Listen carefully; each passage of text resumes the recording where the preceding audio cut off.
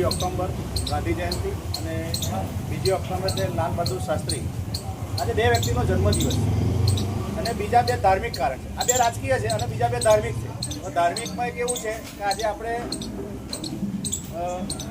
રામ અને રાવણનું જે યુદ્ધ થયું 10 દિવસ 9 દિવસ, 10મા દિવસે રાવણનો વધ થયો, બરાબર, દશા અવતાર એટલે 10 માથાનો અંત લાયેલો.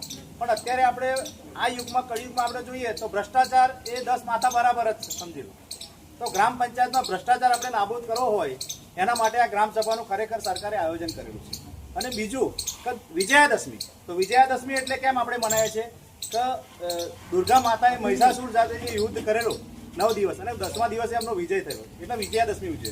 તો આજે આ આમ જોગાનું જોગ આપણે જોવા જઈએ તો બે રાજકીય વ્યક્તિના, મહાન વ્યક્તિના જન્મદિવસ છે અને બે ધાર્મિક મહત્વ છે, બરાબર. તો એના દિવસે સરકારે આપણને આ ગ્રામસભા જિલ્લા કક્ષાથી કેમ આપી છે એનું મહત્વ છે, સમજી.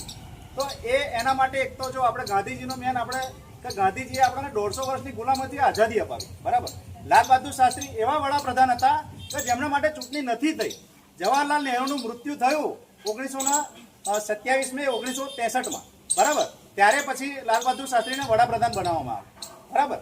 અને એ પ્રમાણે તમે જુઓ કે રામ અને દુર્ગા માતા, તો આ ખરેખર સંયોગ જે થયો છે, બરાબર, ગ્રામસભામાં કેમ આપ્યું. તદ ઉપરાંત સરકારે આજે આપણને ગ્રામસભામાં બાળ લગ્ન, બાળ મજૂરી, બાળકોની ગ્રામસભા, ખરેખર બાળકોની ગ્રામસભા સાહેબ આ તો અઠવાડિયા પહેલા થવું જોઈએ. આજે તમે જાહેરાત કરો એ ના ચાલ્યા. તમે કરી છે ગ્રામસભા એવી તો કેમ ના કરી? તમે આજે બાળકોને બોલાવવા જોઈએ, ગ્રામસભા કરવી જોઈએ. કારણ કે આપણે પિલોલ ગામમાં બાળકોને ઘણા પ્રશ્નો છે, તો એ તો 4-5 દાડા પહેલા કરવાનું હોય છે. એ તો નથી કર્યું. આજે તમે વાંચીને કહો છો એ ના ચાલે, આ ખોટું છે.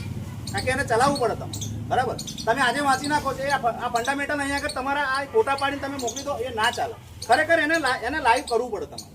તો તમારે અઠવાડિયા પહેલા આની જાહેરાત કરવી પડે, બરાબર. આ તો તમે એક દાડો બાકી હોય ને મોકો ગ્રામસભા, આ ના ચાલે.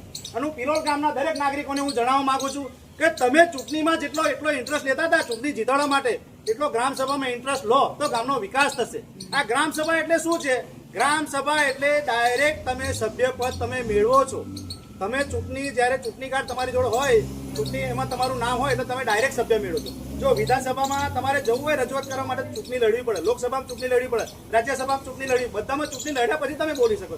જ્યારે અહીંયા સરકારે તમને, ગાંધીજી બાપુએ તમને ડાયરેક્ટ બોલવાનો અધિકાર આપ્યો છે કે ગ્રામસભામાં આવો અને તમારી રજૂઆત કરો, બરાબર. તો આ જે તહેવારને અનુરૂપ મારું આટલું એ હતું. અને બીજું હવે જે મારે રજૂઆત કરવાની, એક તો સૌ પ્રથમ આપણે કુણાલભાઈ આ ગાડી જરા બતાવજો ને સાહેબ. આ ગાડી ઇલેક્ટ્રિક લગભગ 6 મહિનાથી પડી છે, બરાબર. ઇલેક્ટ્રિક વસ્તુ તમે વાપરો ના તો બગડી જાય. કારણ કે તમે ઇલેક્ટ્રિક તમે કોઈ બી વસ્તુ ખરીદો તો એ લોકો બી કહે છે જો ભાઈ તમે વાપરશો તો સારી રહેશે. તો સાહેબ મારી તમને વિનંતી છે કે આનો ટૂંક સમયમાં તમે નિકાલ લાવો. આજે બીજી તારીખ થઈ છે.